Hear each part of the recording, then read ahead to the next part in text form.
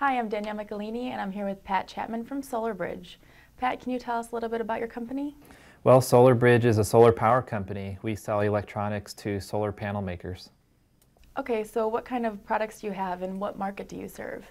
Well, our primary product is called a microinverter, and a microinverter is a little electronic box that converts DC power to AC power, but it's distinct from other types of DC to AC converters in that it goes inside of a solar panel. So basically it makes a solar panel ready to plug right into the power grid. What kind of customers do you have? Our customers are companies that make solar panels. We only work with the top 10 to 20 PV module companies in the world. So how long have you been affiliated with the university? I started with the university in 2000, and I was a professor there for 10 years. And just recently, I actually quit that job to become the full-time CTO at SolarBridge. So what was the transition like from being a professor to being an entrepreneur? Well, frankly, I've always wanted to be an entrepreneur. That was more in my blood, I think, than academia. However, I loved being a professor in the U of I. It was a great place to do that. So the transition was a long one because I co-founded this company with another professor at the U of I.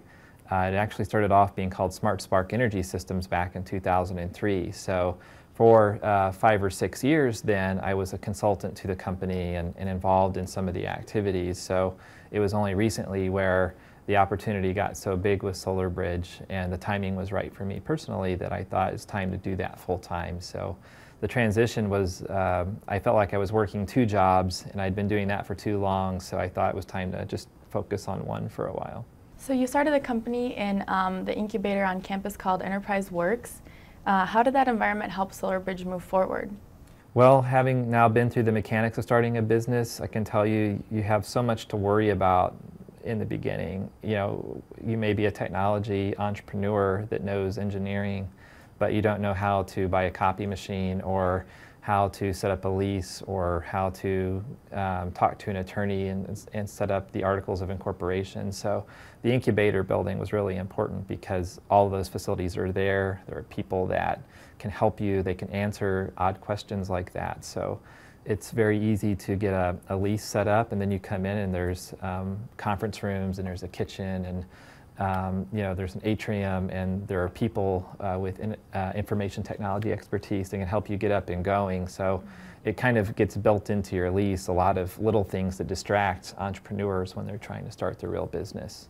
So this company originally had a different product. Can you tell us what it was and how difficult it might have been to change directions? When we started off, and we were originally named Smart Spark Energy Systems, the main product was a circuit that managed batteries. It was used in electric vehicles like golf carts, small electric cars you may have seen around, electric powered scooters, things like that. It also had applications in military aircraft to other things like forklifts. And that product actually worked quite well. All the customers that we had actually were pleased with how it did its job. But I think the problem with that product, even though we did have sales and there was some traction there, was that there were substitute products, there were other things, or some people actually made money off of batteries going bad because it was something they could charge people to replace and so forth. So it was a little bit of a tough market to get into, and it was an area that I think a technology edge was not as valued as it might be. And I also think the electric vehicles area was growing, but it wasn't taking off as fast as, say, solar power was. So we decided we had to kind of, do the cliche, fish or cut bait. We had to either get some venture capital money into the company and really grow, or relegate ourselves to being kind of a consulting company with just a few employees and continue that way. What pushed you towards solar technologies? Well, so it was about the end of 2005, beginning of 2006, where we were looking at what the company may want to do, and I think we were all just fascinated in general with solar power and the idea that the sun is naturally distributed, people could have rooftop power, they could subtract from their electric bill, there were all the environmental benefits. It was clearly something we were hearing some hype about, and we thought, we have some expertise in that area. So there was a bit of that, I hesitate to call it a bandwagon effect, but there were a lot of people getting interested in it, and all the market forecasts were showing just huge growth for solar power. So it felt like the timing was right. And then we felt like we might have some technology ideas to get into that. So when we kind of started floating those ideas among professional investors, they were very interested, and it was clear that they were way more interested in that than other things that we've been working on. So in the end, we said, well, there's a market, there's potentially a product, and there's potentially investment capital, and all three of those things together mean we could actually launch a business and do well, as opposed to just flounder. Are you the first company to create a microinverter? Well, no, actually, microinverters are kind of an old idea. The benefits of them, if they could be built for a low enough cost, have been known since probably the early 80s, maybe the mid 90s. A couple of companies tried to build a commercial microinverter, and the first problem they had was they couldn't get the cost anywhere close to what it would be worth for someone to pay for it, so their margins wouldn't be very good. And their second problem was reliability. The products that they did build had very, very high failure rates. And unfortunately, a microinverter is something that goes on a rooftop under a solar panel, and when it fails, it's very expensive to go up and replace. So therefore, you really have to have a highly reliable device that's cost competitive with conventional solutions. So because that's so difficult is what makes it so important to do, and such a good business opportunity if it can be done. So there's a growing interest in clean, green technology, and I know that there are both environmental and economic forces driving that. So which is a stronger force for SolarBridge at this point? The economics are driven maybe by the desire for clean energy. I think, there's an acknowledged problem that, we have higher prices of oil coming. Coal is relatively cheap, but it's just one solution for electricity. Nuclear is good, but it doesn't fill the entire gap. So there's a strong belief that there's not only growing demand for electricity, but also we prefer that to be clean electricity. And I think an overlooked problem is transmission. So we've all seen the big transmission lines up and down I-57 or whatever. Those are very expensive to build. It's hard to get the rights to build them. So they carry power from a central station out to homes, where with solar power you can generate power right at the home and you don't have to build these big transmission lines. So that's sort of a secondary benefit to everyone. So I do think it's primarily economic. I mean, obviously investors want to make money, but that economic factor is being pulled through by a desire for clean energy. SolarBridge has attracted several $1 million in venture capital funding. Mm-hmm. Can you tell us about how outside investors have become interested in the company and how it will impact the company in the future? In order to develop such a cutting-edge product, it really, really does take a lot of money. I think the days of just doing something in your garage and commercializing it are pretty much over, and especially when you consider the engineering effort, the time it takes, the facilities, the equipment, the test protocols, the qualification of the product. You can easily go through millions of dollars before you get to the first sample. So the way we attracted investors was just initially we wrote the business plan. We knew a few people in the Silicon Valley area. Here in the U of I campus, of course, there's Illinois Ventures and there's the Incubator building. They have connections as well.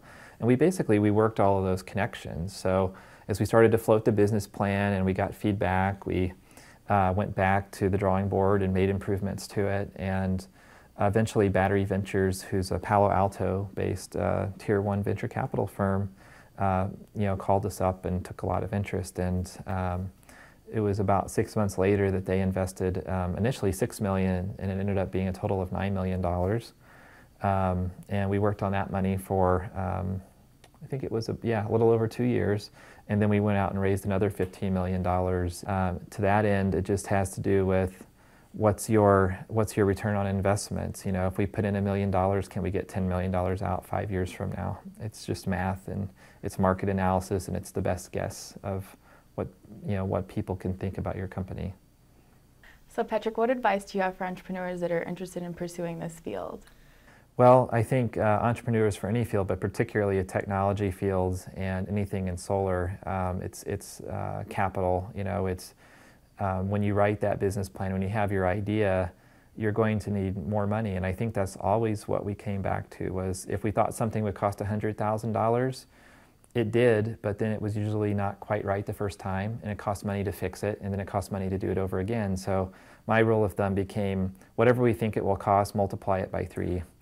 And especially for technology founders like myself that don't have a lot of business experience but have ideas, I think it's important to get advice from people who do know your industry, to get people from, in our case, the solar power industry, or from the from the solar inverter industry, who kind of know people out there and can kind of get you meetings with customers, and you come with some credibility because you're not some person off the street. You know someone who works at your customer's company, and you have some credibility. And I think kind of going back to the capital then, it also helps to have some credibility in front of investors. So if you have someone who's raised venture capital money before and who has run companies before, they're much more interested because you're a bit more of a known product. And then that way, as a technology founder like myself, you can actually spend more time focusing on the technology, and you're not always worried about, are we going to make the next payroll, or can we afford to buy this piece of equipment that we really need? Because if you really need it, you have to find a way to buy it. And to kind of sum that up, I would say, if you can't raise enough money for your business plan, it might be a sign that your business plan is wrong. And that isn't to say to give up, it is to go back and vet it and decide. And if literally you can't get enough money to start your business, maybe you should come up with a different business idea, you know? So sometimes those are the hard decisions that need to be made. But yeah, I would say make sure you have enough capital, and because you're always going to need more than you thought. All right, well, thanks so much for being with us today. We've really enjoyed hearing from you. Thanks, Danyelle. Definitely some great advice from Patrick Chapman. Stay with us. After the break, I'll be chatting with Trey, a student who's got some great ideas about solar power and water.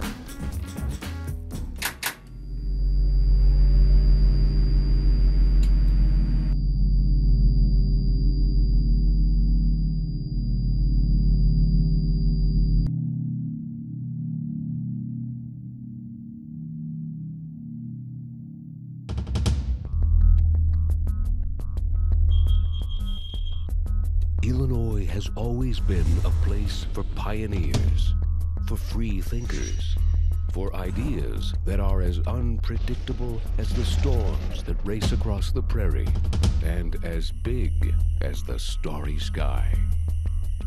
On our beautiful and historic campus, some of the most revolutionary concepts of the 20th century came alive.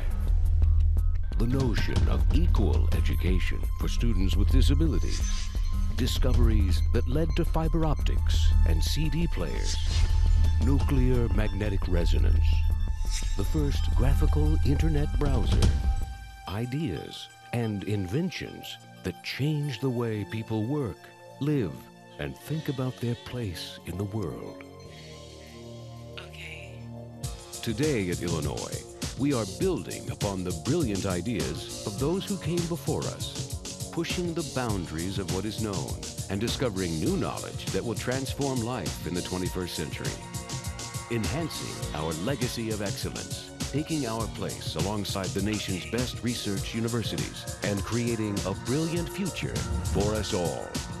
The Illinois story began 140 years ago with a revolutionary idea that altered the course of American society.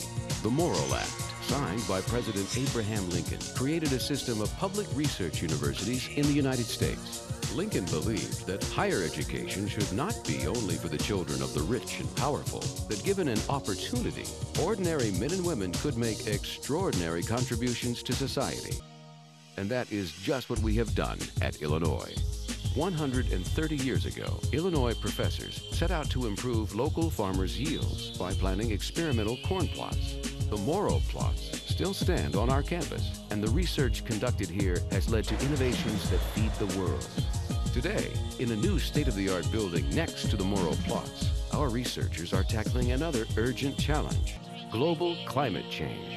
At the Institute for Genomic Biology, scientists are working to find new sources of renewable energy. Through a partnership with the University of California, Berkeley, and energy giant BP, researchers are identifying the best crops to produce carbon-neutral biofuels, improving our country's environment, economy, and security. Throughout our university's history, Illinois faculty and alums have led the way, discovering knowledge and creating technology that has revolutionized our lives. Physics professor John Bardeen co-created the transistor and later discovered the theory of superconductivity, helping to lay the foundation of the modern electronics era. Today, our faculty and students are lighting the way for the next generation of computer technology. At the National Center for Supercomputing Applications, we are building the world's fastest computer. And at the Thomas Siebel Center for Computer Science, we are creating software that will influence the way we live and work, from developing computerized medical tools to improving internet security. Our professors and alums are the creators of new electronic technologies that bring people and information together like never before. Former Illinois students created PayPal and the popular video sharing website, YouTube. Illinois' world-class library is delivering knowledge to people around the planet. Our library is one of the largest public university collections in the world. Now we are making more than 100,000 books available online for free. Illinois faculty and alumni have been awarded 23 Nobel Prizes, 21 Pulitzer Prizes, and 5 MacArthur Genius Awards for their pioneering work. Our professors and students traverse disciplinary boundaries in the belief that we can learn more by working together. Microbiologist Carl Woese is working with colleagues from multiple disciplines to uncover the origins of life. 30 years ago, Professor Woese's discovery of a third form of life transformed our understanding of biology. Today's interdisciplinary research could lead to breakthroughs in human health and ecological sustainability. Across the Illinois campus, our scholars and students explore beyond their comfort zones. At the Beckman Institute for Advanced Science and Technology, English professor Richard Powers studies the workings of the brain. His most recent novel, The Echo Maker, received the National Book Award for its eloquent exploration of the human mind. Boundaries between art and science are also being crossed at the Krannert Center for the Performing Arts, one of the nation's most acclaimed performance venues. Here, audiences experience some of the world's best classical artists, as well as a robust mix of experimental music, theater, and dance. Transformative new art forms that challenge our imaginations, causing us to ponder the infinite potential within each of us. Here on the wide-open Illinois prairie, we believe there are no boundaries to the infinite potential of our students, faculty, and alumni.